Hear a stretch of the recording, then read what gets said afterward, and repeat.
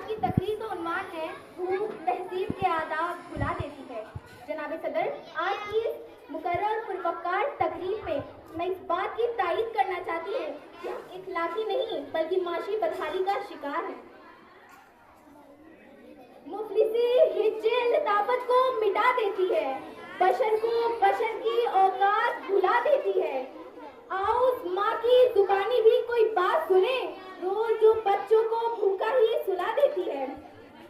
अपनी इज्जत के भरोसे थी जो मजबूत खड़ी, आखिर एक रोज सर को अपना झुका देती है। उसके दामन पर लगे दाग यही कहते हैं, भूख तहजीब के आदाब भुला देती है। सदराई वकार सर्दियों की ठिठुरती हुई रात, मुंह लपेटे मजबूर माँ अपने नौमौलूद बच्चे को पार्क में पड़े झूले में डाल जाती है। उससे पूछा गया कि क्या तुझे तेरी ममता सताएगी नहीं, इस बच्चे की सिसकियां तुझे रुलाएंगी नहीं, इसकी चीखें तेरे कानों से टकराएंगी नहीं।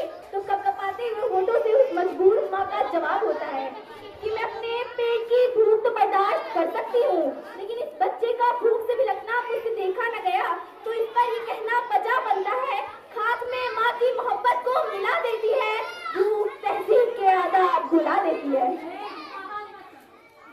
सदरानी वकार एक तरफ जदीद सहूलियात से आरास्ता लोग चांद से आगे तक का सफर तय कर रहे हैं और दूसरी तरफ एक भूखा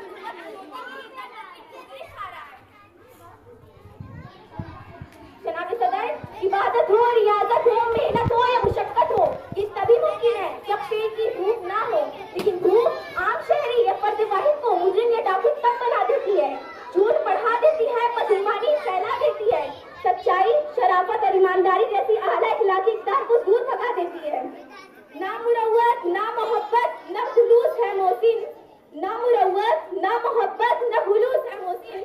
मैं तो शर्मिंदा हूँ इस दौर का इंसान होकर। इस बात से साबित होता है कि इखलाकियात भी मुआशरात की मोहताज है।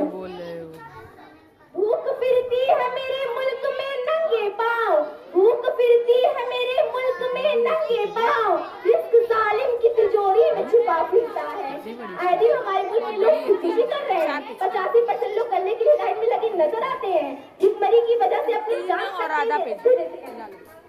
चेहरा बता रहा था कि मारा है भूख ने, चेहरा बता रहा था कि मारा है भूख ने, और लोग कह रहे थे कुछ खा के मर गया। आखिर मैं इतना कहना चाहूंगी, तंग दस्ती भूख अक्सर मासी हालात आला इखलाकियात की जिद है। शुक्रिया।